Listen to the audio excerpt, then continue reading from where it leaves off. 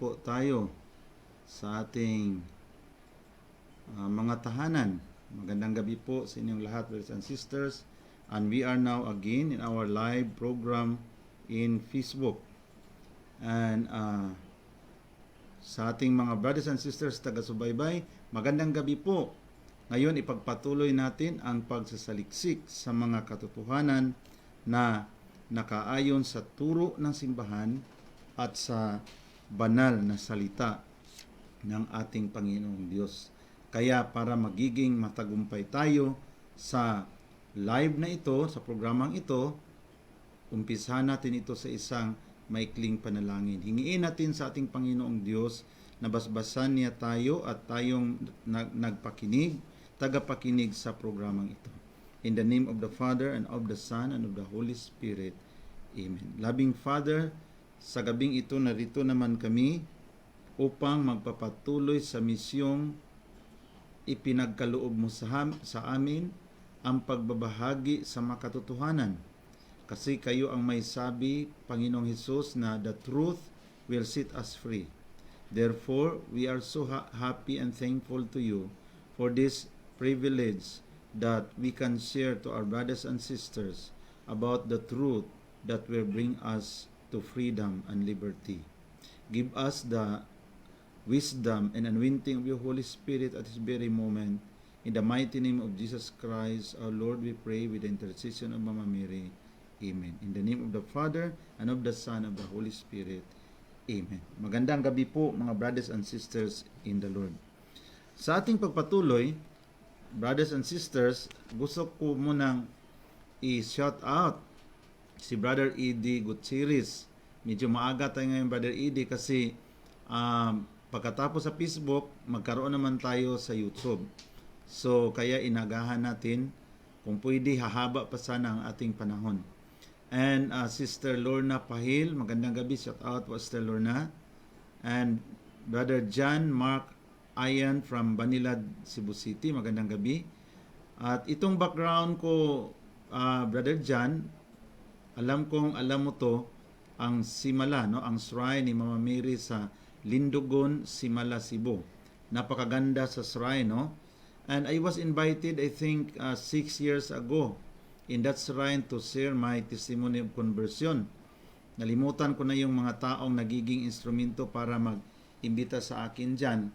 And I was there with my family and nakita namin kung ang pagkilos ng ating Panginoong Diyos, paano ito na itayo. Napakaganda, sobrang ganda, brothers and sisters.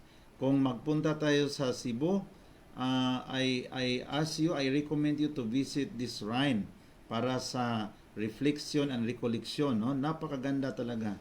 Nagumpisa lamang ito sa mga monks, sa mga kapatid nating mga munghi na sa small chapel. Ngunit ang Mahal na Birhen Maria ay kumikilos.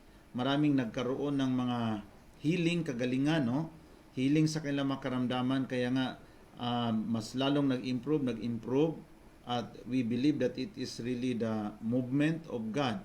Kasi walang mangyayari na ganyan kung hindi yan pinahintulutan ng ating Panginoong Diyos. So napakaganda sa shrine ng ating Mahal na Birhen Maria, Mama Mary Shrine sa Lindogon, Simala, Cebu.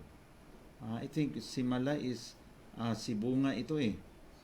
Bayan of town of Cebu nga, din barangay Simala, din mayroon pang parang sitio yung sitio yung Lindogon, brothers and sisters. Sila, no? So napakaganda. We believe that it is really the movement of the Holy Spirit. Yung pagpunta ko doon, mayroong isang Scottish,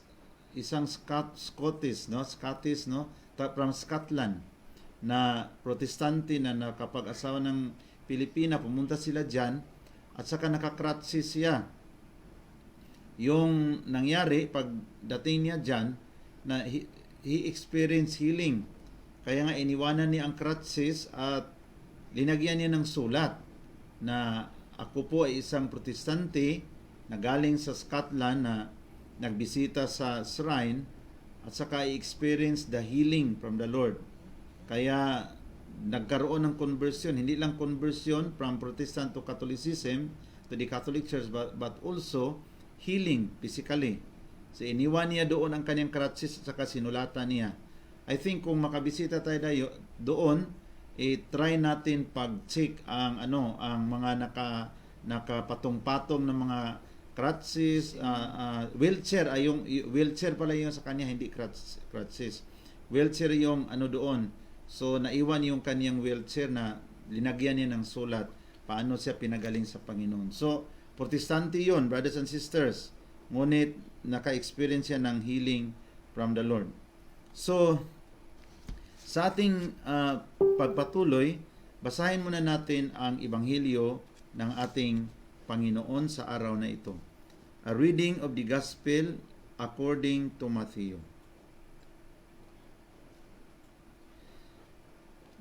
When Jesus had finished these parables, he moved on from there. Coming to his hometown, he began teaching the people in their synagogue, and they were amazed. Where did this man get this wisdom and these miracles, powers? They asked, isn't this carpenter's son?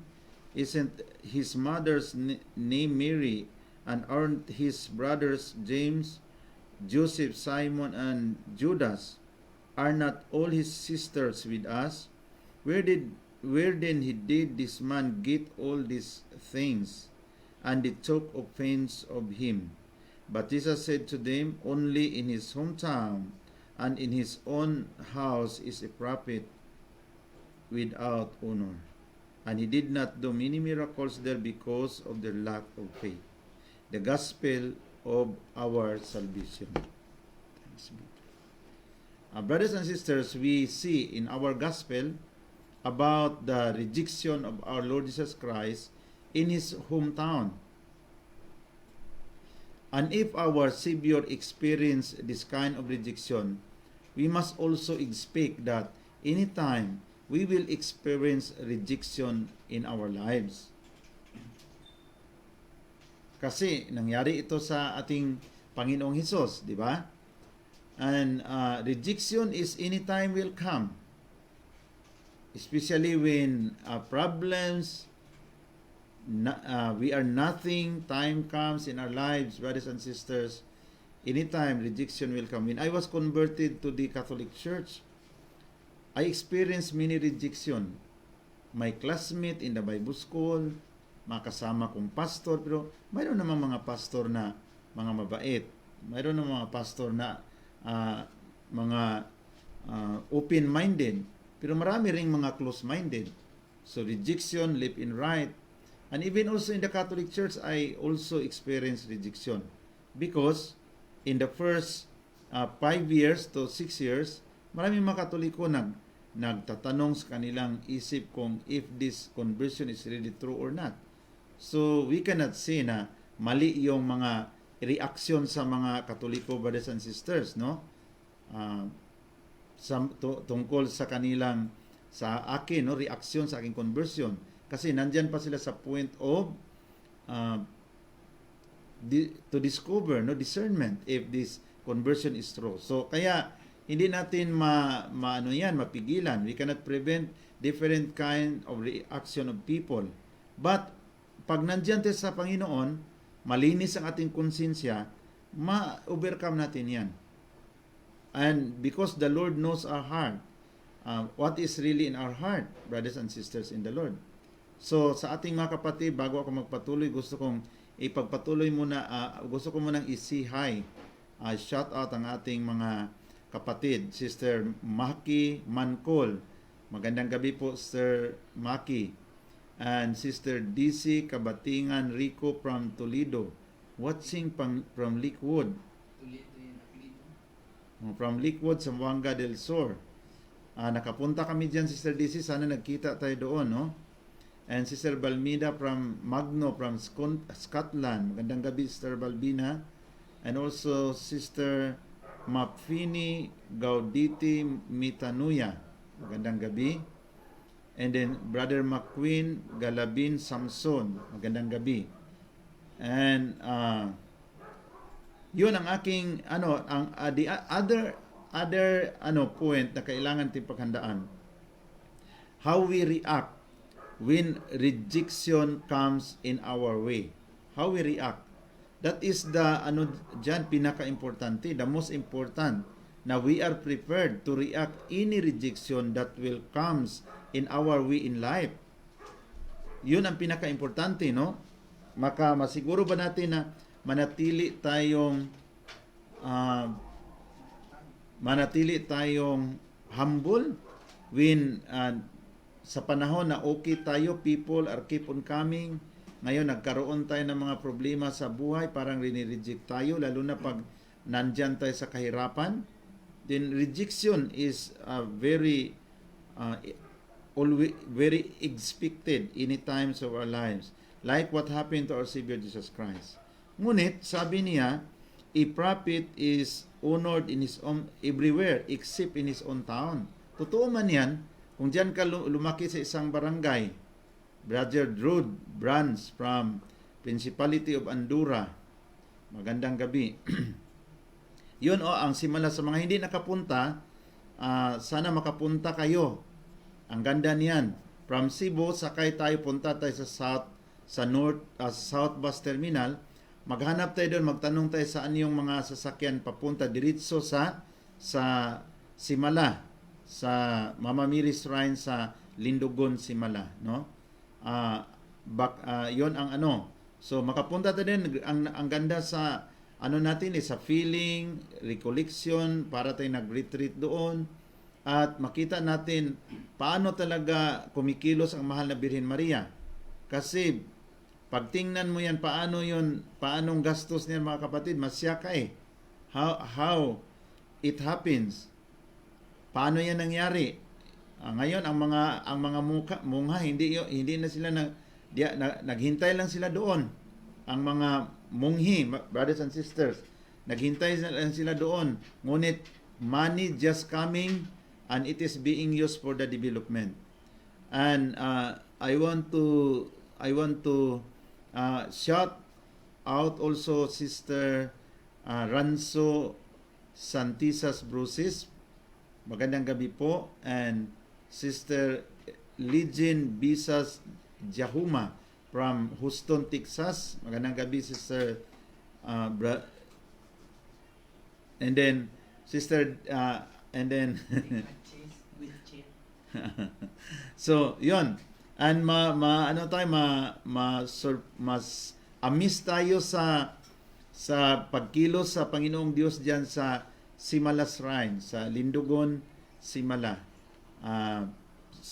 Sibunga, Cebu City. The Lord is really moving. And itong mga munghi ay they are single who offer their lives to the Lord, and I think they are only 16 individual presently na sila ang namamahala doon sa nagbibinta lang sila ng mga kandila, at ang mga binta nila ginamit nila sa improvement. Of course, people are also giving donation aside from sa kanilang binta-binta sa kanilang mga kandila, no? Yung mga munghi nandoon sa loob. And then mga lalaki lahat, no? Ano ba 'yun, munghi, no? Ang lalaki o monks. Mga monks. Lagyan natin ng monks, no? And then gusto ko ring i-shout out si Brother Nelton Panisa. Magandang gabi, Brother Nelton, and Sister Angelina Patlingraw. Magandang gabi. Okay, so ngayon, brothers and sisters, sa ating mga taga-subaybay, dahil sa maraming mga tanong, no, tungkol sa ating mahal na Birhen Maria, gusto kong pag-usapan natin ang isyu ngayon about Theotokos. Kasi ang daming mga tanong, pero gusto ko na lang na i-general na lang natin mga kapatid. Kasi pag isa-isahin natin sila, marami sila iba't ibang denominasyon na parang kini-question nila ang about sa titulo ni Mama Mary as the Theotokos. Kaya sa gabing ito, gusto ko pong pagnilayan natin itong mga katotohanan, no? Kasi sabi ng ating mga brothers sa isang mga contributor sa isang programa sa Cebu, na ano daw, we warn Catholic for their worship of idolatry to Mama Mary. And then, sunod-sunod ang napakaraming biblical verse na parang masingan mga kapatid, na nagbabala sila, nagbigay sila ng warning na sinasamba daw natin si Mama Mary. Pero bago ako magpatuloy, gusto kong i-shout out si Sister Judy Ann Dura Duhinia, ang aking pamangkin sa Cute, Cebu City. Ito sila, mga malaki na itong nabinyagan sa Simbahang Katoliko kasi yung sumunod sila, mga binata at dalaga na sa nabinyagan, aking mga pamangkin sa Cebu City, and they are now helping the Converted Pastor Association of Converted Pastors to the Roman Catholic Church in the Philippines. So, Sister Judy Ann, pakikumusta ako kay Jaidel and Cristel. Ingat kayo dyan. So, ngayon, ang Theotokos, para maintindihan natin sa mga kapatid natin na sinasabi nila na you give warning to us because of our idolatry or worship to Mary. Ang ating sagot sa lahat ng mga verses na pinapadala ninyo, hindi ko na lang binasa kasi yung mga verses na pinapadala, out of context, hindi nakasali doon sa yung issue na very simple. If Mama Mary, fitting ba, makatarungan ba na tawagin siyang Mother of God? Yun lang ang pinaka-simple. So, yung nagpusot-pusot na mga verses, parang masingan, brothers and sisters, hindi ko na lang isa-isahin. Ang aking sagot is very simple. Kasi nakikinig kayo ngayon. Kasi kung hindi kayo nakikinig nito, hindi kayo palaging magbigay komentaryo araw-araw. Kaya nga, daming komentaryo, no? Gusto kong basahin ang isang komentaryo from Iloilo na ang nagpadala si Brother Rix from Iloilo na siya rin. Ito si Brother Rix from Iloilo City ay ang kaniyang nanay nagiging pastora sa Born Again, pero baliktad ba? Ang nanay nagiging pastora pero ang anak nanindigan sa katotohanan sa Simbahang Katoliko. Grabe ang kaniyang determination. Okay? So ngayon, nabasahan niya itong aking Pastor Nuis Conversion Story Idolatry. Sabi ni brother, no, sabi niya, what a foolishness. Nga Ilonggo man nga pastor pa, imagine pastor pa nagkatoliko. Ahay, looy man. Imagine ka, pastor pa daw, nagkatoliko, kaluoy, gid, mga brothers and sisters. Kasi, pastor na siya Di ngayon, nagkatoliko. Ibig sabihin, sumasamba na kay Mama Mary. Yun ang aking sinasabi, brothers and sisters, na sa pastor pa ako, ang aking isip, talagang sinamba rin sa mga katoliko si Mama Mary kasi hindi man ako makinig. Ang aking isip palaging nakapadlak sa isang pag-iisip na the Catholic is worshiping Mary. The only simple reason na kasi hindi ako makinig. Takot makinig. So, of course, paano ma-improve yung understanding mo? Tulad sa akin as a pastor, how can you expect improvement of your understanding about that issue? Hindi ka man makinig sa Katoliko. Yun nga ang katotohanan. Dahil sa katwiran na ako ay isang pastor, nakakahiya kong aking pakinggan ng maayos. Baka anong mangyari sa utak ko, sa isip ko. So, ang totoo, sa pastor pa ako, iniwasan kong makinig ng maayos. Yun ang mga pangyayari sa aking buhay na gusto kong ibahagi sa inyo. Bakit kaming mga hindi Katoliko, mahirap talagang makaintindi, palaging tulad sa issues dito na pinalabas, palaging mag-accuse na sinasamba sa mga Katoliko si Mama Mary kasi sa katwiran na hindi makinig, iniiwasan kasi takot siya, pastor ako Baka anong mangyari kung makinig ako ng maayos, magbasa ako ng magandang mga sulat, mga argument. Yung mga Catholic mga palabas, ini-skip sa TV.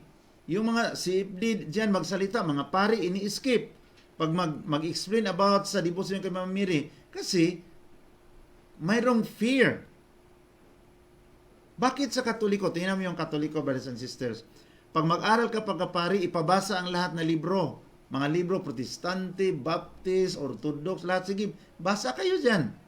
Pagkatapos, kung gusto ninyo magpari, magkatoliko pa kayo, i-ordain kayo, hindi itago-tago na huwag kayo magbasa sa mga pasugo sa article sa iglesia ba? Kasi ano yan, dangerous yan.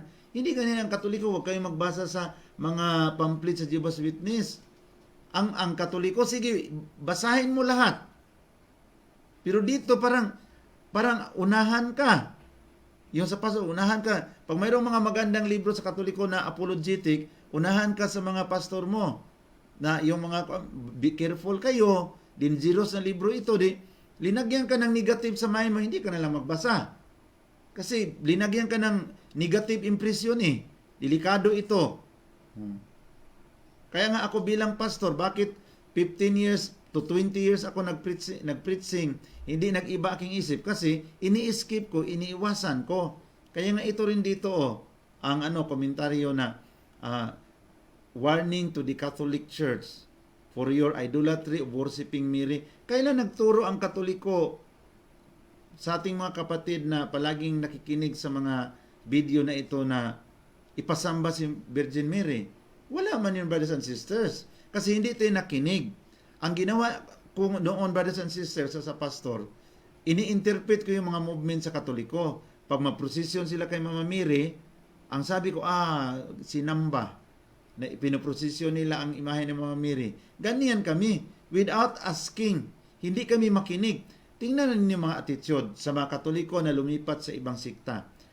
You try to explain, kung makinig ba sa'yo, Sister Sheila Cortez, you try to explain sa mga nagpunta sa ibang sikta, kung makinig ba sa'yo, hindi, mamumula ang mukha. Mamumula ang mukha, hindi makinig. Sister Vilma Country, you try to explain sa mga kapatid natin hindi Katoliko, hindi makinig, palagi kang iinterbina. Hindi, mali yan. Hindi pa nga natapos ang pag-explain mo, ini-intervene ka kaagad. Diba, Sister Maki Mancol, i-intervene ka kaagad, i-hold ka. Hindi ka ipagpatuloy pag-explain kasi parang takot kami na baka madiscover namin ang totoo. Kasi mag-explain man ang pari kung ano talaga ang Sister Sally Abunda, magandang gabi. Sana makakain kami ulit dyan sa iyo sa Bicol. Hindi makinig. I-try ninyo ba? I-try ninyo ang mga hindi Katoliko. Makinig ba? Hindi makinig. Lusot ka agad.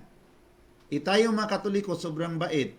Tingnan mo yung mga Katoliko, imbitahin sa mga activities sa mga ibang sikta. Upo lang doon sa loob ng simbahan. Hindi umiimik. Kasi dahil sa salitang tinatawag na respeto. Mayroon tayong respeto kahit na masakit sa atin na tinitira ang ating simbahang Katoliko. Kinukontrol natin ang ating temper. Pero hindi yan magawa. I-try yun. I-try to explain sa mga Katoliko na nagpunta sa ibang sikta. Hindi na yun makinig. Paano nila maintindihan kung sabihan natin sila itong mga nagratatat dito ng sobrang daming verse na hindi naman sumang-ayon sa issues about the Theotokos. In other words, God-bearer. God-bearer, ang nandyan sa kanyang sinapupunan, Diyos, Emmanuel. Simple intindihin mga kapatid. Pero sa akin, simple intindihin. Sa akin noon, almost 6 years kong iniisip-isip yan. Ngayon na ako nakasabi simple intindihin kasi nabinyaga na ako, mayroon akong grasya, mayroon ng grace na aking natanggap galing sa Diyos. Kaya ang tinasabing Theotokos, Mother of God, in other words, God-bearer, ang nandyan sa kanyang sinapupunan, God, Emmanuel. Kasi sabi ng Isaiah 7, tingnan natin ang Isaiah 7:14. Brothers and Sister, Brother Jonathan, Isaiah 7:14.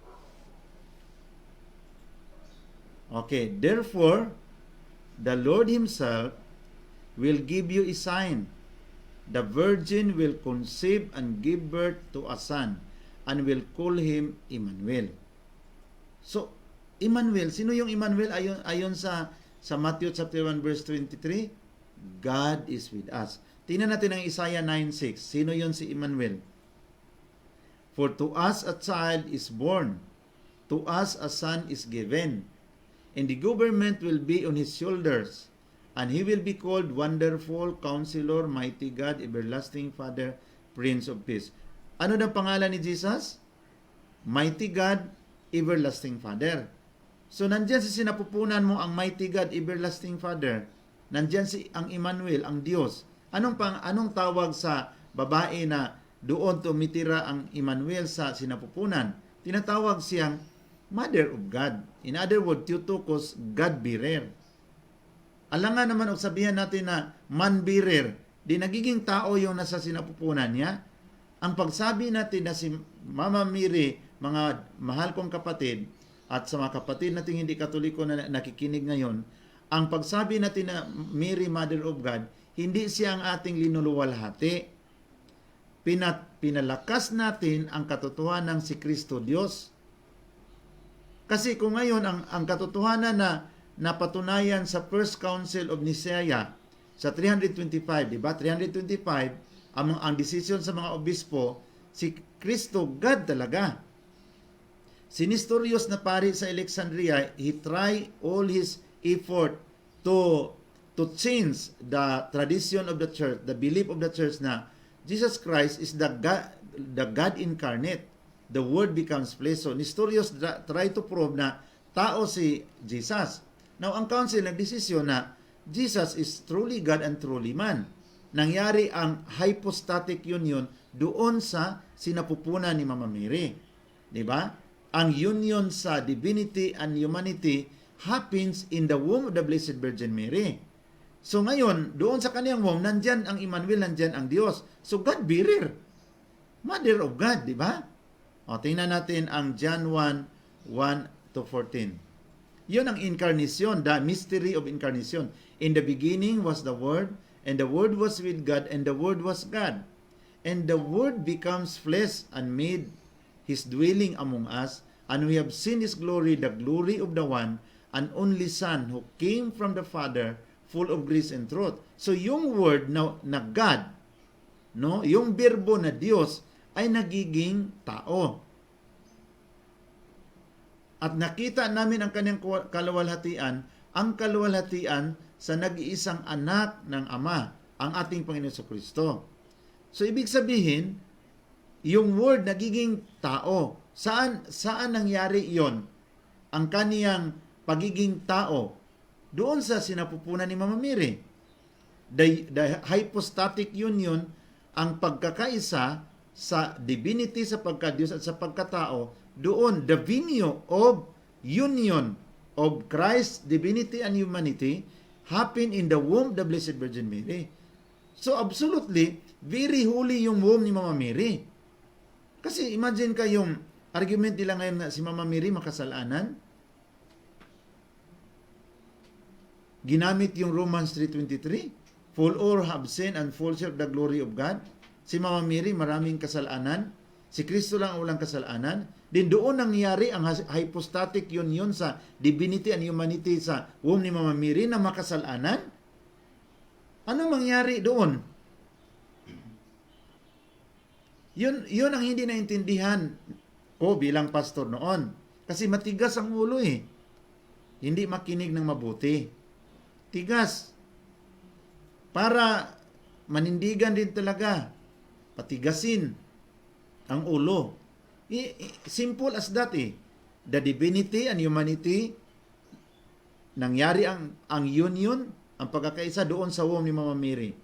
Ngayon, kung sabihan mo na makasalanan si Mama Mary sa ating mga theologian sa kabilang side, na nakapag-aral ng mga Doctor of Divinity, Master of Divinity, kahit ano pang Master of Divinity, Doctor of Divinity yan. Dahil sa pagka-Doctor of Divinity and Master of Divinity, iyon ang garantiya na maniwala na lang tayo na makasalanan si Mama Mary. Paano doon mangyari ang union sa divinity and humanity ni Jesus sa isang womb na makasalanan? Yun ang hindi nakita o hindi nagamit ang common sense. It must be prepared by God. Brothers and sisters in the Lord, by His grace, by His singular grace and by the merit of Jesus Christ, Savior of the world, The womb of Mama Mary is prepared for a holy purpose. Kasi pag ganyan, mga kapatid, na mga explanation, napakahirap talaga. Ang dami pang verse sa Biblia gamitin. Parang masingan, pero hindi naintindihan. Kasi i-insist rin na makasalanan talaga si Maria para mayroon tayong panglaban sa Katoliko. Diba? Ngayon, tingnan natin ang sinasabi sa Matthew chapter 4 verse 1 to 7. Who is Jesus? So, Jesus, about the temptation of Jesus. Basahin natin ng maayos, brothers and sisters. Then Jesus was led by the Spirit into the wilderness to be tempted by the devil. After fasting 40 days and 40 nights, he was hungry. The tempter came to him and said, If you are the Son of God, tell these stones to become bread. Jesus answered, It is written, Man shall not live on bread alone, but on every word that comes from the mouth of God. Then the devil took him to the holy city and had him stand on the highest point of the temple. If you are the Son of God, he said, throw yourself down, for it is written, He will command His angels concerning you, and He will lift you up in their hands, so that you will not strike your foot against a stone. Jesus answered him, It is also written, Do not put the Lord your God to the test. Okay? Huwag mong tuksuin ang Panginoon mong Diyos.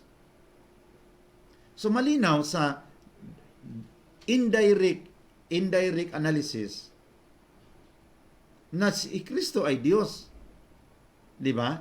Yung pagsabi niya, wag mo, sa Bisaya pa, ayaw tintala ang Ginoo na imong Diyos. Sa Tagalog pa, wag mong subukin ang Panginoon mong Diyos. Do not put the Lord your God into test. No? So, ang tanong ngayon, sinong sinubukan? Si Kristo. So, pag sabi ni Kristo, wag mong subukan ang Panginoon mong Diyos, yun na verse na yan, malinaw ang argumento na Diyos si Kristo. Di ba, brothers and sisters? Huwag mong subukan ang Panginoon mong Diyos. It is written, do not tempt the Lord your God. Okay? So, huwag mong subukin. Sa Bisaya pa, ayaw tintala ang Ginoo nga imong Diyos. Ang pangunta na, kinsa ang gitintal? Di ba? Kinsa ang gitintal? Si Kristo. So siya ang sinubukan, siya ang Diyos. Do not put the Lord your God into the test, no? Huwag mong subukan. So malinaw na Jesus is God in that revelation kasi si Kristo ang sinubukan. Sinabihan niya ang Yawa, huwag mong subukan ang Panginoon mong Diyos. Ang demonyo, ang diablo. Okay? Tingnan natin ang ibang verses sa Biblia. Sino talaga si Jesus? Philippians chapter 2 verse 5 and 8. In your relationship with one another, have the same mindset as Christ Jesus, who being in a very nature God, did not consider equality with God something to be used his own advantage. Rather, he made himself nothing by taking the very nature of a servant, being made in human likeness, and being found in appearance as a man, and he humbled himself by becoming obedient to death, even to a death on a cross. So, being in a very nature of God. Ano daw? Tingnan natin ulit ang verse. He did not consider equality with God. So, ang kaniyang kaugalian, no? Ang kaniyang anyo, Diyos siya. Pero hindi niya iniisip na tulad ng Diyos. Nagpakumbaba siya, mga kapatid. So ngayon, kung Diyos si Kristo, sino si Mama Mary? Yun ang pinakatanong, brothers and sisters in the Lord, na kailangan sagutin. Tingnan natin ang Colossians 2:9. For in Christ, all fullness of the deity lives in bodily form. Nandyan sa kaniyang katawan ang buong pagka-Diyos. Okay? Ibig sabihin, the incarnate God, ang Diyos na naging tao, ay naglakad-lakad dito sa mundo in Jesus. The Word incarnate, ang Diyos na nagiging tao. Tingnan natin ang sabi sa John chapter 8 verse 58. John 8:58. Verily, verily, I tell you, Jesus answered, before Abraham was born, I am. So kailan nag-umpisa ang kaniyang existence? Even before Abraham. So hindi siya nag-umpisa ang kaniyang existence. Doon yung ipinanganak ni Mama Mary. But before Mama Mary, nandyan na siya. Tingnan natin ang sinabi sa John chapter 7. Mayroon ba tayo? John chapter 17 verse 5? Wala, no? At tingnan natin ang sinasabi sa 1 Timothy 3:16. Okay, beyond all question, the mystery which true godliness spring is great. He appeared in the flesh. Malinaw, di ba? Nagpakita siya sa laman. He appeared in the flesh, was vindicated by the Spirit, was seen by angels, was preached among the nation, was believed on in the world, was taken up to glory. He appeared in the flesh. Balikan natin pagtingin ang verse. Was vindicated in the Spirit. No, proven in spirit during the baptism of Jesus, baptized by John the Baptist in Matthew chapter 3 verse 13 to 17. The Holy Spirit confirmed and was seen by angels. The angels served him even during the temptation and during his crucifixion, his agony in the garden of Gethsemane. And then next, tingnan natin ang verse ulit. Ephesians chapter 2 verse 1 Timothy 3:16.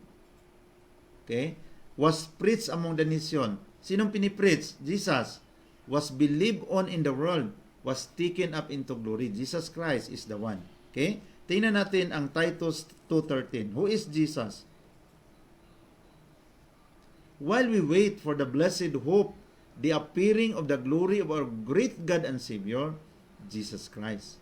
So kung Diyos si Jesus, ano si Mama Mary? Tawagin mong Mother of Man. Ang anak niya, Diyos. So ang pagtawag niyang Mother of God, ang pinapalakas natin ang katotohanan si Kristo Diyos.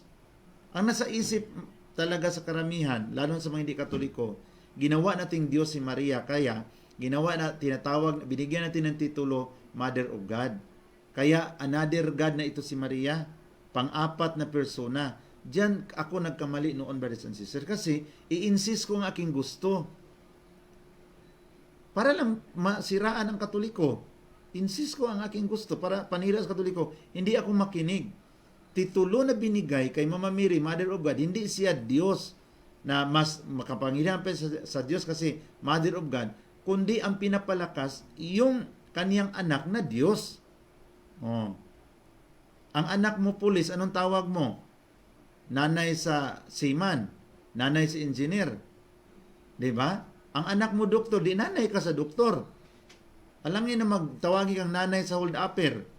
Kaya nga ang tinanong natin ang identity ni Jesus, kung sino si Jesus. John 3:16, basahin natin.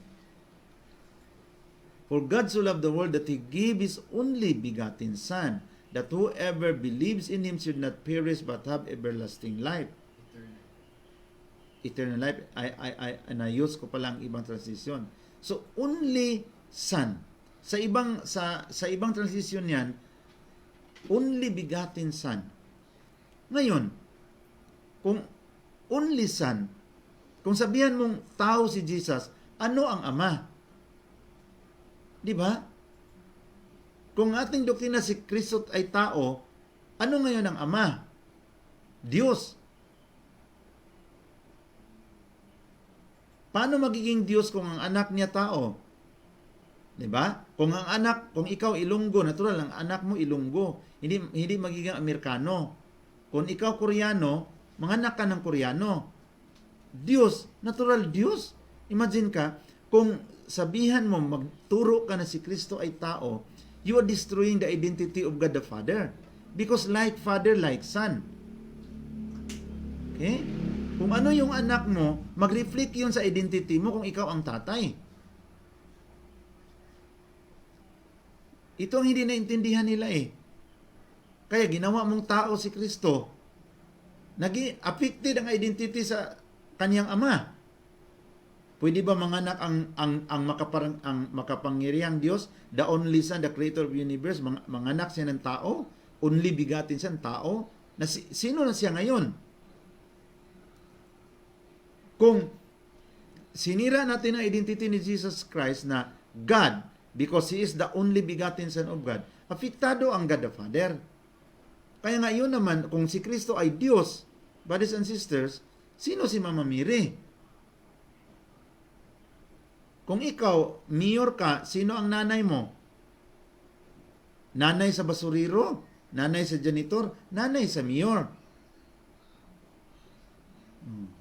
Then, mag-argue ka agad ako, mas makapangyarihan pa ang nanay sa mayor kasi nanay siya sa mayor eh. Ano nangyari sa utak, brothers and sisters? Sister Arlie Aligri, magandang gabi from Hong Kong. Thank you for being with us. Diba? Yun ang anong sinasabi sa John 3:16. Sino si Jesus? Ang tanungin natin, sino si Jesus? Kaya nga, lumusot ang napatunayan sa Council of Ephesus, the Third Council of Ephesus, na si Jesus Christ is, si Mama Mary is Mother of God Theotokos. Tingnan natin ang Hebrew 1:8.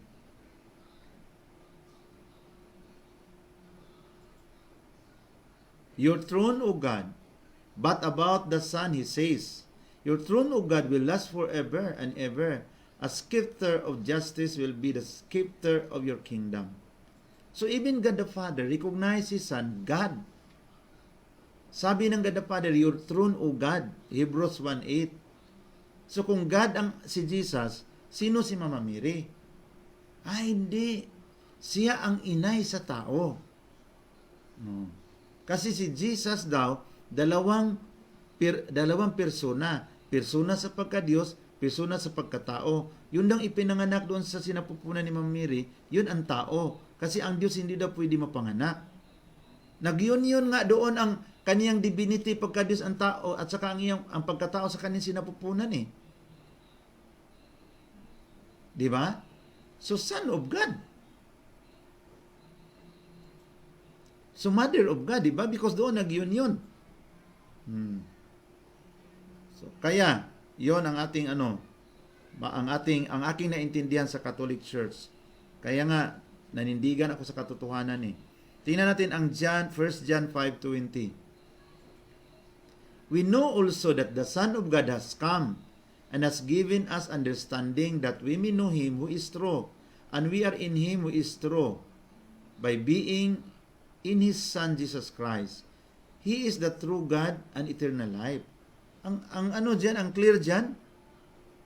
He is the true God and eternal life. Basahin natin ulit ang 1 John 5:20. Yung, by being in His Son Jesus Christ, He is the true God and eternal life.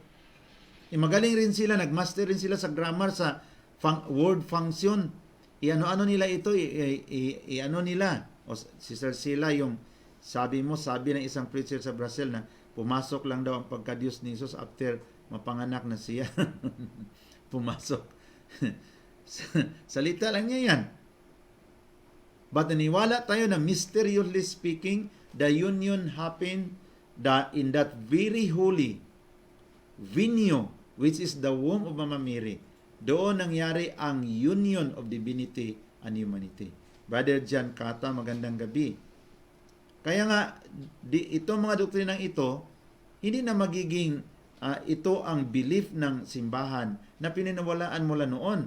Kasi imbis one person in three nature, one person in two nature, Jesus Christ, there is one person, two nature, His divinity and humanity, ginawa ng two person para yung lumusot doon yung persona sa pagkatao. At saka ang pagka-Diyos, labas-pasok sa persona ni Kristo. Hindi man yan kasi incarnate, hindi nawawala ang kaniyang pagka-Diyos. Yun eh. No? Kaya Jesus Christ is truly God and truly man. So yun, magandang gabi, Brother John at Brother Eddie. Yun ating pag-usapan na napakaganda. Tingnan natin ang description ni Jesus sa John, sa Revelation chapter 1 verse 12 to 18. Napakaganda eh. Ito si Jesus. Tingnan natin kung tao ba to, brothers and sisters. Kayo daw ang mag-analyze dyan. Tao ba yan? I turned around to see the voice that was speaking to me, and when I turned, I saw 7 golden lampstands. And among the lampstands was someone like a son of man, dressed in a robe reaching down to his feet, and with a golden sash around his chest. The hair on his head was white like a wool, as white as snow, and his eyes like a blazing fire.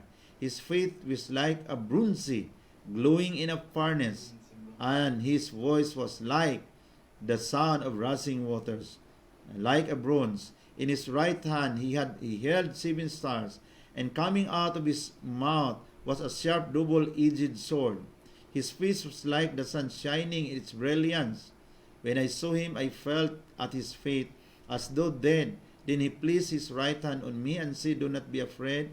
I am the first and the last. I am the living one. I was dead, and I now look, I am alive forever, and I hold the keys of death and Hades."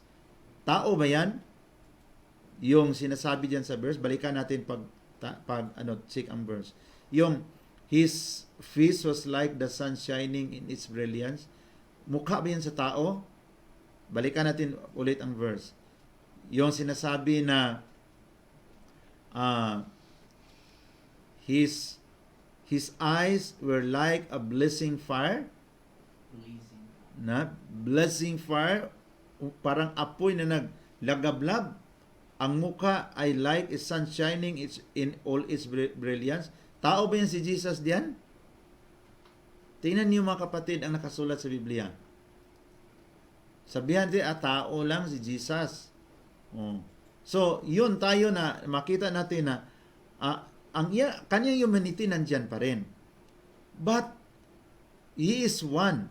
One person, nandyan ang kanyang divinity with 2 nature, divine and human. Kaya nga, I was dead. Sabi niya, so human. And behold, I am alive forever. Kaya, Brother Gary, ganito ang mga natin ngayon, masinggan sa mga verse, na si Mama Mary makasalanan, si Kristo 2 persona, ang lumabas sa kanyang sinapupunan, ang pagkatao, pag nakalabas ng sinapupunan, pumasok ang pagkadiyos sa kanyang pagkatao, may mga panahon umaalis ang pagkadiyos, yung ipinako sa cross, umalis ang pagkadiyos, taon lang ang naiwan. Yun ba ang Kasi palabas lang, ang namatay na doon, tao. O kung tao lang ang namatay doon, hindi ang mystery sa kaniyang personality as the only begotten Son of God. Anong kapangyarihan na magligtas sa ating makasalanan? Paano magiging makapangyarihan ang person doon na iniwanan pala yung tao doon? Lumayas na ang pagka-Diyos. Kaya nga, the mystery of the incarnation, we believe that one person, 2 nature. Nandiyan makita natin ang kaniyang pagkatao sa kaniyang pagkilos, ang kaniyang pagka-Diyos, ang paggawa ng mga himala. Makita natin mga kapatid. Yes, brother, sister ni Relisa, magandang gabi, shout out po. And brother Nick, Simalas Ryan Church of Cebu, yung sa background natin. Napakaganda. And brother Crispin Larua, shout out din. So yun ang aking pinanindigan as pastor na bakit sinishare ko, kasi hindi talaga kami makinig eh. Kitingnan natin, bago ako magtapos, tingnan natin ang summary sa Council of Ephesus. So, di ba sa Council of Ephesus, sa year 431, nagtipon ang mga obispo. Kasi, ang isang archbishop sa Constantinople, the imperial city of the Byzantine Empire, presently Istanbul, Turkey, na nakuha sa mga Muslim in the year 1453, captured by Sultan Mehmed II the Conqueror, and then the Emperor Constantius II was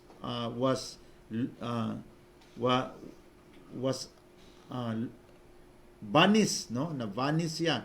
Hindi na nakita ang kanyang katawan after the siege of Constantinople. If I'm correct, I think it was a 53 days siege atake. Of course naman, dahil sa division sa simbahan, pag-away-awayan between the Eastern and the Western Christianity, nangyari ito. Hindi nakapadala kaagad ng reinforcement ang Western because of their division that happened in 1054. Yun lang ang aking analysis. Kaya nga, delikado itong division pagka bahagi. Matamaan talaga tayo. So, na-capture, and then, of course, doon nangyari ang awayan, disagreement between Archbishop Nestorius and Bishop Cyril of Alexandria. Kasi doon man, ito man si Nestorius, ang Archbishop sa Imperial City na nangaral na si Kristo ay dalawang persona. Persona sa pagkatao, yung isinilang sa sinapupunan sa womb ni Mama Mary, at saka persona sa pagka-Diyos. And the immediate effect, result of his new theory, na dalawang persona, doon na kaagad ang atake kay Mama Mary. Ito man ang resulta sa mga kapatid nating hindi Katoliko. Kaya nga, pag nagkamali na ang pag-unawa tungkol sa ating Panginoon Jesucristo sa kaniyang mystery of incarnation, ang matamaan dyan si Mama Mary talaga. Kaya nga, pagbanggain natin ang traditional belief of the Catholic Church, one person in Jesus, two nature, divine and human. Pagbanggain natin yan, gagawa tayo ng ibang interpretation na dalawang person, yung lumabas, yon ang persona, yung pagka-Diyos, hindi pumasok doon sinapupunan.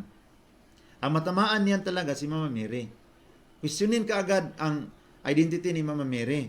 So kung tao ang lumabas kanina sinapupunan, di mother of man. So sabi ni Cyril, sabi ni Nestorius sa Constantinople, isang archbishop, na Christotokos, mother of Christ, hindi Theotokos.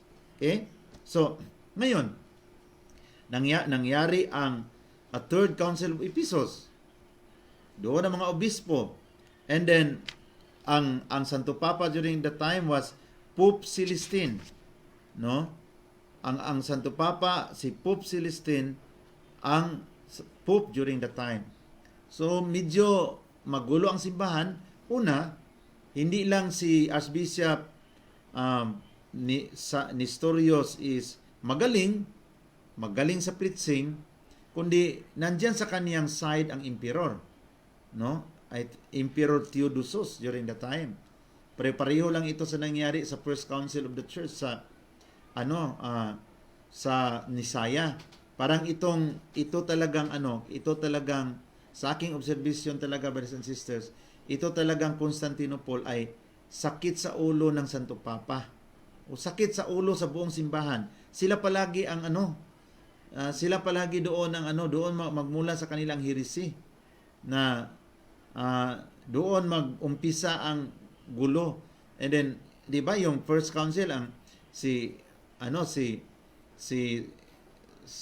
Arius, sinuportahan ni Archbishop Eusebius, Imperial City, kasama ni Bishop Eusebius si Emperor Constantine.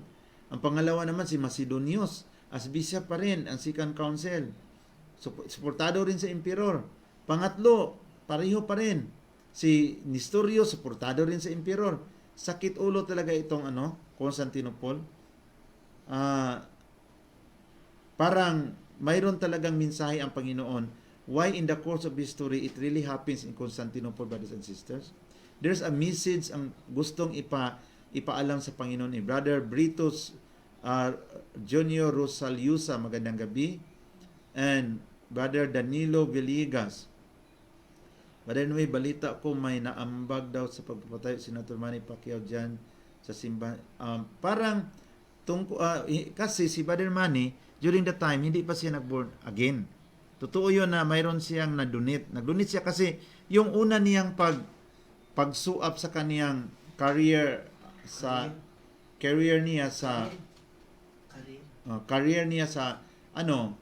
boxing niya, brothers and sisters. Katoliko pa rin siya Kaya punta siya ng Quiapo, punta siya ng Simala. Hindi lang natin maintindihan, biglang bumaliktad ang hangin. Kaya biglang bumaliktad ang hangin. We do not know what's really happening. So, Shout out naman kay Brother Joshua Pino na kasama natin ngayon. Ito si Joshua, isang mabait na bata na palaging nag-join sa rosary. Sana Joshua, pagpalain kayo sa Panginoon at yayaman kayo, at kung mayaman na kayo, hindi mo kami makalimutan. And then Brother Orman Manansala. Brother Orman, magandang gabi dyan. Long time no see. So ito po ang aking sa council na Brother Orman, Brother Danilo sa Ephesus. Of course, magaling si Nestorios. Kasi at his side ang emperador. So si Cyril naman doon sa Alexandria, siya ang ginawang ina-appoint sa Pope to settle the issue, parang papal legate during the time to settle the issue. And then of course, grabe ang gulo sa simbahan. And it happens the Council of Ephesus 431. Pero tingnan natin kung anong desisyon, ano nangyari. So sa bangay-bangayan nila nangyari ang council hanggat na sa after the council kinondem si Nestorios. Na mali yung sinabi ni Nestorios na mother of man or Christotokos o dalawang person. Si Jesus dalawang person. Persona sa pagkatao, persona sa pagkadiyos. Ang lumusot doon sinapupunan yung pagkatao. Hindi, nag-join lang ang pagkadiyos, yung nakalusot na. And then, yung isang persona, dalawang persona, kaya magulo ang bagong doktrina ni Nestorios. Brothers and sisters in the Lord, napakagulo sa doktrina ni Nestorios. Ngayon, yung daw namatay sa krus yun ang tao kasi ang Diyos hindi na mamatay. Nag-iba na ang kanyang So, during the council, pinag-usapan sa mga obispo, the bishop discerned. At ang nangyari, brothers and sisters, ang decision sa mga obispo, when the bishop calmed down, the bishop of Jerusalem called for the reading of the letter of the Pope Celestine to Nestorius. After this, the four bishops from Egypt read the letter of Cyril, which they had brought with them for Nestorius. After the reading of the letter, the word Theotokos was studied and found fit to be used after the name of the Blessed Virgin Mary. So the bishop, brothers and sisters, guided by the Holy Spirit, the majority of bishops in the world gathered together, and they found out, according to the wisdom given to them by God, that the title Theotokos is fit to be used after the name of the Blessed Virgin Mary. Bearer of God. Totoo namang God yung tingnan mo yung Isaiah chapter 9 verse 6. Balikan natin ang Isaiah 9:6. Brothers and sisters. For to us a child is born. To us a son is given, and the government will be on his shoulders. And he will be called Wonderful, Counselor, Mighty God, Everlasting Father, Prince of Peace. Diba? Ang linaw niyan, anong pangalan sa bata? Counselor, Mighty God, Everlasting Father. So it's very fitting na gamitin ang titulo na Mother of God after Theotokos, after the Blessed Virgin Mary. After the name of the Blessed Virgin Mary. Because kung sabihan mong Mother of Man, ang nasira si Kristo. Parang hindi, kasi kami mga pastor noon, brothers and sisters, ang nasa isip talaga namin sa totoo lang, no?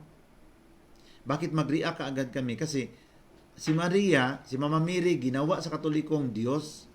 Kaya nga, binigyan ng titulo na Mother of God. I-explain sa Katoliko sa amin, hindi rin kami makinig. O saan man kami aabot sa punto na mag-improve ang aming thinking if we will not listen. Kasi, nakondisyon naman ang aming mind doon sa Sunday School, doon sa aming Bible study, na si Maria, ginawang Diyos, ginawang mas makapangyarihan pa sa Diyos, so kaya pinangalan ng Theotokos, Mother of God. Ikaw naman na sinilang na protestante, maniwala ka rin kasi pastor mo yung nagsalita. Nakaupo ka doon sa Sunday School. Alangan naman pag hindi ka maniwala, brothers and sisters in the Lord, maniwala ka talaga. O kayo, paggising mo, diyan ka isinilang sa Protestant family. Of course, makipag-diskusyon ka ba sa mga pastor kung paglaki mo, mag-uupo ka doon sa Sunday School? Hindi, kasi you open your eyes in this world, ang nakita mong tao na tagapangaral na salita ng Diyos ay ang pastor. So ano yung i-feed sa iyo, tanggapin mo. Nakondisyon na si Mama Mary ginawang Diyos. Hindi pala. Ang pagbigay sa titulo na Mother of God para mapaigting, mapalakas ang ating pinangaral na si Kristo ay Diyos. Kasi kung desisyonan nila na si Kristo ay si Mama Mary, Mother of God, masira ang unang desisyon sa Council of Nicaea sa 325 na si Jesus is God. Truly God and truly man. One person, two nature, truly God, truly man. So kung sabihan nila ngayon dito sa Third Council na Mama Mary is the mother of man, masira yung una nilang yung dinisisyonan na Christ is God. Kaya nga nag-isip-isip yung mga obispo. Ano mangyari kung magpadala tayo kay Nestorius? Kasi siyang ang Archbishop sa Imperial City, pasundan na lang natin siya. Masira yung unang mga katuruan na ituro, na proklamar sa mga obispo sa Council of Nicaea in the year 325. Christ is God. Kasi binangga siya ni Arius na si Kristo hindi Diyos, tao. So ngayon, nadesisyonan sa Council Bishop na ang katotohanan, Christ is God.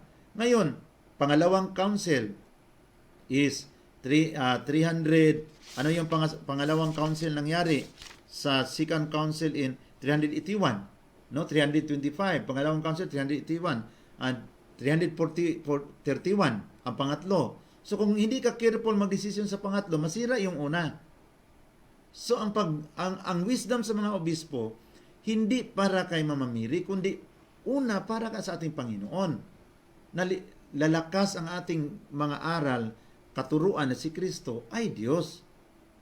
No? Yun ang nandyan ang content. Kaya nga ang nangyari, mga kapatid, then the sentence of excommunication was passed to Nestorius the Heresiarch, the Archbishop of Constantinople.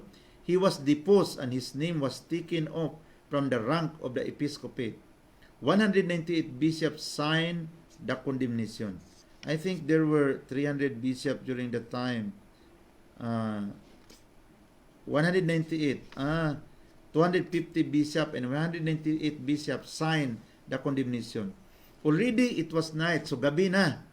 The faithful of Ephesus had gathered around the church. So naghintay ang libu-libong tao doon sa surrounding sa simbahan ng Ephesus and had been waiting to hear the condemnation of Nestorius.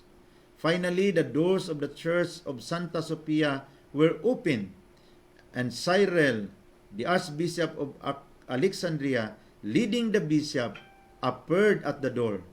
Then the first word he said was Maria Theotokos.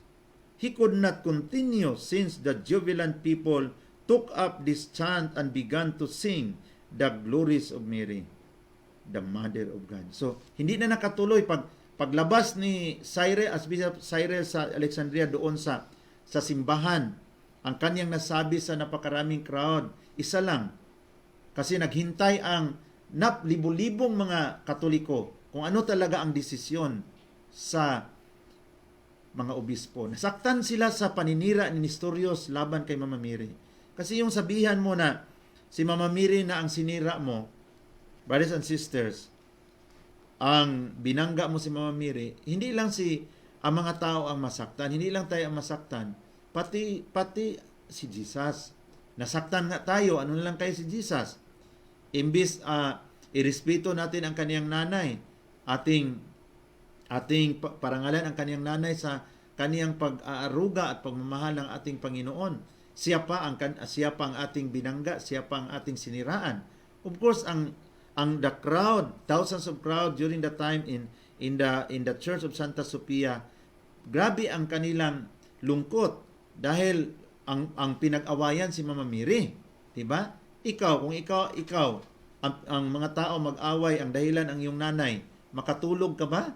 The reason of trouble, the reason of is the issues na pinag-awayan ang nanay mo. Kung ano ba ang nanay mo, anong lumabas sinapupunan ba, Diyos ba o tao? Diba? So ikaw naman pati kung ikaw si Jesus, masaktan ka eh. Pati nga ako, yung nakita ko ito, nabasa ko ito na talagang iiyak ka mga kapatid. No? Already it was night. After sa mahaba nilang mga talumpati, the faithful of Ephesus has gathered around the church and had been waiting to hear the condemnation of Nestorius. Kailangan makondem si Nestorius. Walang ibang pinahiya at sinisiraan ang inay pa sa ating Panginoong Kristo. So they were so mad, no? Parang saktan sila. Finally, the doors of the church of Santa Sophia were opened, and Archbishop Cyril, leading the bishop, appeared at the door of the church. The first word Archbishop Cyril said was, "Maria Theotokos," but the Archbishop could not continue since the jubilant people took up this chant and began to sing the glory of Mama Mary. Hindi na makasalita si Archbishop Cyril kasi sobrang tuwa sa mga tao na nakundim si Nestorio sa kaniyang paninira sa ating mahal na Birhen Maria. Doon ako nagtaka sa aking makasama.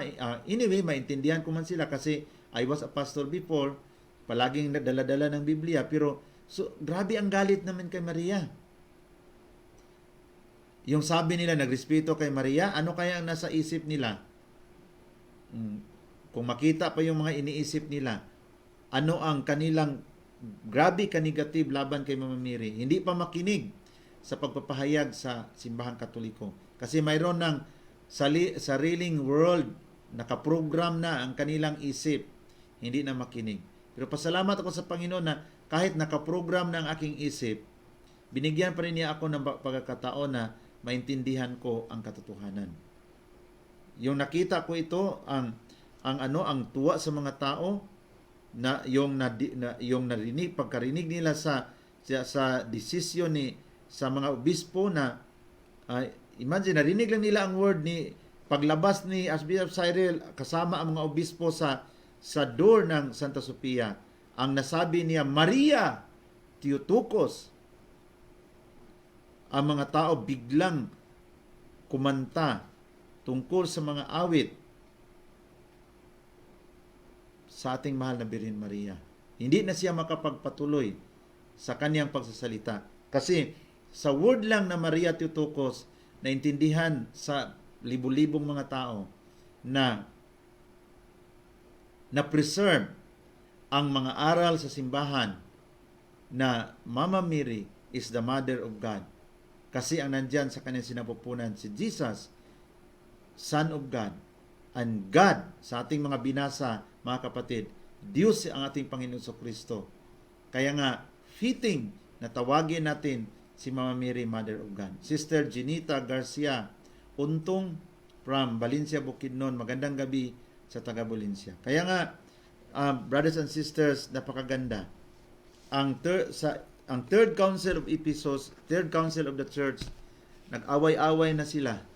Wala pang protestante, wala pang mga born again, wala pang baptist, wala pang Iglesia ni Cristo, wala pang Sabadista, wala pang Jehovah's Witness.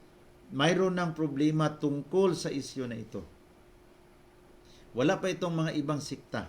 Ngayon parang tinatawag, mga kapatid, na the revival of Nestorianism. Itong mga panglalait, paninira sa mahal na Birhen Maria, para bang maisip natin na it is the revival of Nestorianism. Kasi ang unang nagtatalakay sa isyu na ito na panira kay Mama Mary, ginamit ang Biblia ay si Archbishop Nestorius. Kaya parang binuhay lang nila yung mga pangyayari noon in the Third Council of the Church sa year 431. Binuhay lang nila ang mga nangyari noon, paninira sa ating mahal na Birhen Maria. Ngunit makita natin na talagang mahal ni Jesus si Mama Mary. Tingnan natin ang background sa simala. Yung simbahan na ipinarangal sa ating mahal na Birhen Maria, tingnan natin ang likuran. Brothers and sisters, talagang sa Bisaya pa palangga ni Jesus ang kanyang inay. Kaya nga napakasakit na walang ibang pinag-awayan pati ako madamay dahil lang sa aking pagka-convert simbang Katoliko at tanungin ka na ibig sabihin sumamba ka na kay Maria, i-explain mo man hindi makinig. Hindi. Pag nagrosary ka na sumamba ka. Pastor, grabe naman. Mag-explain ka, hindi ka pakinggan. Paano dyan tayo aabot sa tinatawag na pistok, usapang pangkapayapaan, kung hindi tayo makinig? Paano tayo maka-learn each other? How can we learn each other if we will not listen both side? Tayong mga Katoliko, alam na, nakinig pa tayo eh. Ako, during sa mga dialogue, nakikinig ako sa kanila mga kapatid. Pero ang pinaka-surpresa, pag ako na ang magsalita, ini-intervene ka. Kahit na ang gandang usapan, sige, 1 hour sa inyo, isabi ninyo kung anong galit niyo sa Katoliko, makikinig ko, isulat ko sa notebook ha. Then another 1 hour, ako naman ang magsalita, wag niyo akong intervene. Okay na, agree na. Sige, kung pwede, dagdagan ninyo kasi marami man kayo, dagdagan ninyo ng 30 minutes, 1 hour and 30 minutes kayo. Ako, 1 hour lang ako. Salita sila, 1 hour and 30 minutes. Experience ko yan sa dialogue. Sinulat ko ang kanilang mga galit sa Katoliko, kahit ano na lang. Pagkatapos, sabihan mo pa, tapos na kayo? Wala na ba kayo, baka mayroon pa kayong nalimutan. Magsalita po yung isa, salita ang isa. Baka, alalahanin niyo, baka mayroon pa kayo na kalimutan. Pagkatapos, sabi na, wala na talaga. Sige, ako naman magsalita, 1 hour. Pag umpisa mo pagsalita, wala pang 2 minutes, intervene ka agad. Sabihan mo, brother, pastor, di ba pinag-usapan natin kaina na pag ako na magsalita, dialogue ito, hindi ito debate. Pag ako na magsalita, wag niyo akong intervene para intervene para ma-clear yung point ko. Bakit ako nakaintindi na si Mama Mary is Mother of God? Alam niyo ang sagot. Paano namin mapakinggan ang mali? Sabi ko naman, kaya nga paano ako mag-expect na itong aking isi-share tama sa inyo? Katoliko na ako eh. Kaya pinag-usapan natin na dialogue man ito, hindi man debate. Nakinig ako sa inyong mga paratang laban sa Katoliko, 1 hour and 30 minutes. Ngayon, grabe ang usap natin. Bakit hindi ninyo ako mapakinggan? May mga panahon talaga, brothers and sisters, na mag-insist talaga ako kasi linabag ninyo ang usapan eh. Mamumula ang mukha. Sabi ko, walang problema yon kung magtanong ka or mag-contribute ka sa aking sinasabi. Patapusin ninyo muna ako. Hindi yun, brothers and sisters. Tingnan niyo yan. Dialogue. Kasi maganda ang dialogue, maintindihan mo. Kasi, okay, everybody listen. 1 hour and 30 minutes, isulat mo. Kung ano yung mga sinabi nila na mali sa Katoliko. Ngayon, ako naman ang magsalita, isabi ko paano ko ito naintindihan na biblical. Hindi na makinig, i-intervene ka. Kasi paano daw nila mapakinggan ang mali? Kaya nga nakayanan ko yung pakinggan ang mali mo na sinasabi mong 1 hour and 30 minutes. Hindi mo ba makayanan pakinggan ang sa akin? Sa mga dialogue namin, maalaala ko ngayon, nakakatawa talaga dito sa Metro Manila. Kasi intervene kanila. Yun ang problema. Na I like dialogue kasi in dialogue, we listen. We listen carefully. Ito bagay rin sa akin kasi pastor ako na nagiging converted. Then, magbigay ako sa aking biblical realization about the Theotokos. Hindi matapos kasi hindi daw nila kayang pakinggan ang mali. So, hindi may nang usapan natin. Ang usapan natin na we will listen each other, pero grabe, magiging gulo talaga, brothers and sisters. Kasi, masakit sa kanilang tainga ang busis sa katotohanan. No? Kaya nga sa gabing ito, we need to pray. Lalo na itong mga issue na ito, brothers and sisters. We need to pray for the conversion of our separated brethren. Sana brothers and sisters, hindi magiging pagpipistahan ang isyu tungkol kay Mama Mary. Kasi sinong mapahiya nito ay ang ating Panginoon Kristo. Akala nila na sa kanilang pagiging pangtsitsismis, paninira kay Mama Mary na parangalan si Jesus, yun ang isip ko noon eh. Ang pag-atake, ang pagsira sa identity ni Mama Mary, parang pinupuri namin na parangalan namin si Jesus. Hindi. Grabe ang insulto at lungkot na na-feel ni Jesus. Jesus is being insulted and was so sad sa ginawa sa mga taong ito. Ginamit pa ang Biblia para siraan ang kanyang sariling nanay. Kaya nga, ang aking mga panawagan sa mga kasama kong hindi Katoliko, sana maliwanagan kayo sa kapangyarihan ng Espiritu Santo na yung ginagawa natin, ginagawa ko yan noon, ginagawa rin ninyo, huwag ninyong isipin na paiyak-iyak tayo during sa ating praise and worship na tuwang-tuwa si Jesus sa paninira natin sa kanyang inay. Baka akala natin na talagang super na tayo kasi memorize natin ang mga verses para paninira sa inay ng ating Panginoon. Baka akala natin hero tayo doon pag sa harapan na ng ating Panginoon Kristo.